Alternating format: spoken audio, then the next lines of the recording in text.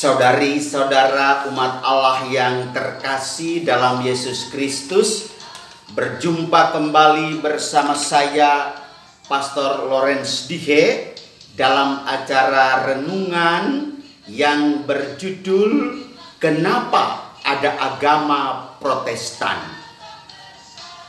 Mari kita awali dengan tanda kemenangan.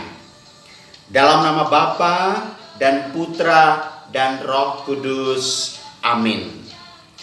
Tuhan bersamamu dan bersama rohmu. Inilah Injil Tuhan kita Yesus Kristus menurut Yohanes. Dimuliakanlah Tuhan. Dan bukan untuk mereka ini saja aku berdoa, tetapi juga untuk orang-orang yang percaya kepadaku oleh pemberitaan mereka, supaya mereka semua menjadi satu, sama seperti Engkau ya Bapa di dalam aku dan aku di dalam Engkau, agar mereka juga di dalam kita, supaya dunia percaya bahwa Engkaulah yang telah mengutus aku. Ibu bapak, saudari-saudara umat Allah yang terkasih dalam Kristus, saya mengawali renungan paham-paham yang menyangkut dunia kekristenan dengan pertanyaan, mengapa ada agama Protestan? Dari antara kita yang mendengarkan renungan saya ini pasti juga berawal dari pemeluk agama Protestan. Bahkan barangkali ada yang masih beragama Protestan, ada yang sudah pindah agama ke agama Katolik, agama Islam, Hindu, Buddha, Konghucu, dan seterusnya. Agama Protestan muncul pertama kali dengan tokoh proklamator yang terkenal, yaitu Martin Luther. Beliau adalah tokoh proklamator Protestan aliran kekristenan yang sampai dewasa ini juga berkembang dengan pesat. Kekristenan zaman dahulu kala, ini kita melihat sejarahnya.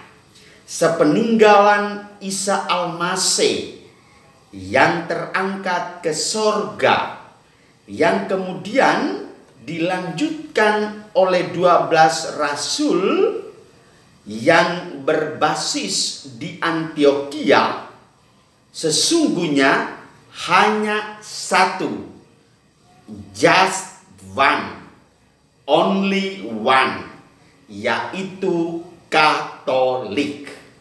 Inilah agama yang artinya umum.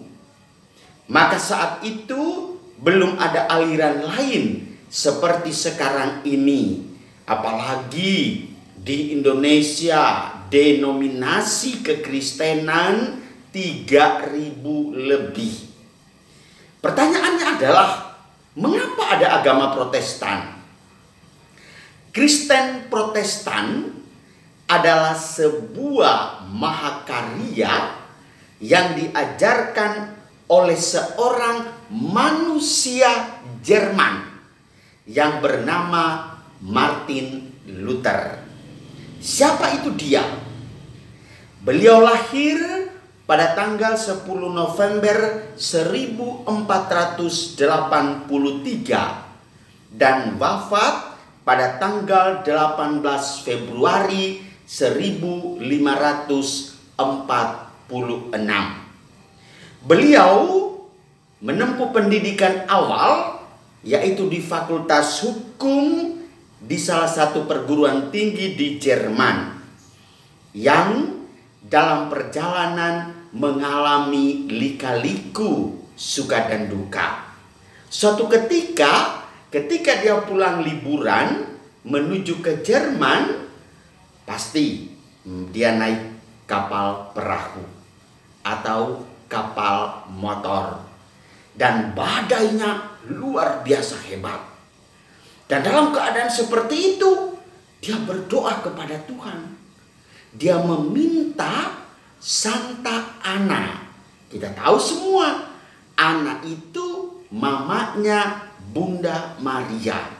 Dan dia berjanji seandainya melalui doa Santa Ana, Allah Bapa mendengarkan permohonanku, badai ini pasti berlalu dan aku akan selamat.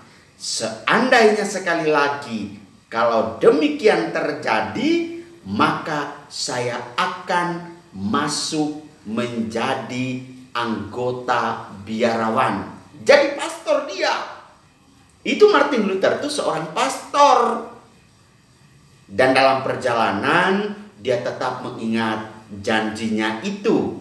Dan terakhir dia pindah jurusan dari fakultas hukum menuju fakultas teologi. Karena dia mau menjadi seorang biarawan. Lalu janjinya itu bagaimana? Dia menggeluti seluruh ilmu teologi dengan mendalami poin-poin penting yang menyangkut ajaran tentang keselamatan. Dan akhirnya beliau mulai mewujudkan ilmunya itu pada peristiwa pertama, yaitu ini cikal bakal juga perang salib yang kita dengar, yang kita membaca dan kita mengetahuinya. Dikatakan di situ bahwa para imam biarawan dalam agama Katolik itu menjual belikan indulgensi.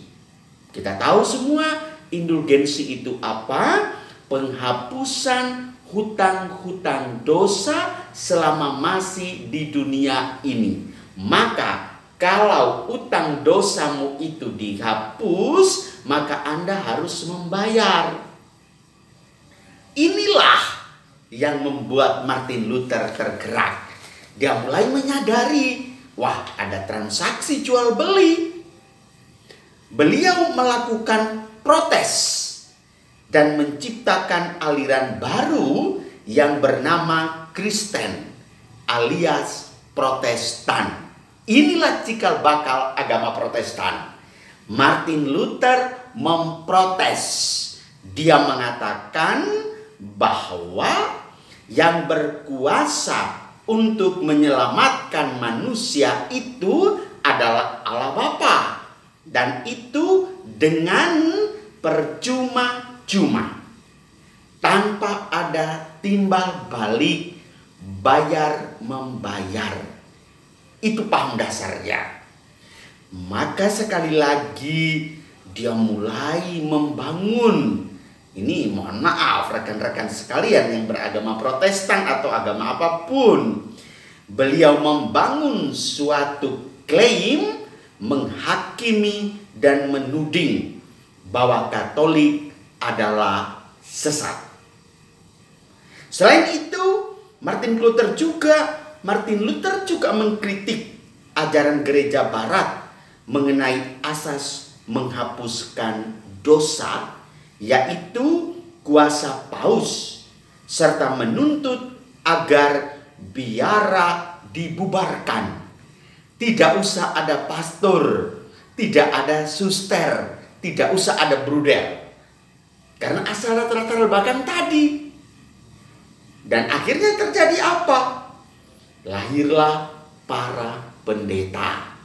Mereka menikah, mereka mewariskan keturunan. Tapi apakah lalu gugatan Martin Luther itu diterima? Oh tidak. Katolik awal mulanya satu dan sampai saat ini juga tetap eksis. Ibu bapak, saudari-saudara sekalian, perjalanan sejarah selanjutnya diperkirakan ada sekitar 2.800 keturunan yang hidup dari silsilah keluarga Luther yang terhimpun dalam ikatan Lutheran. Luar biasa. Belum lagi kalau kita melihat soal Anton Calvin, itu dua tokoh. Tapi yang paling pertama adanya agama Protestan awal dari Martin Luther. Pertanyaannya adalah kepada kita sekalian, lalu mana agama yang benar? Apakah agama Protestan atau agama Katolik? Ingat saudara-saudariku, saya mengajarkan toleransi, saya mengajarkan hidup rukun.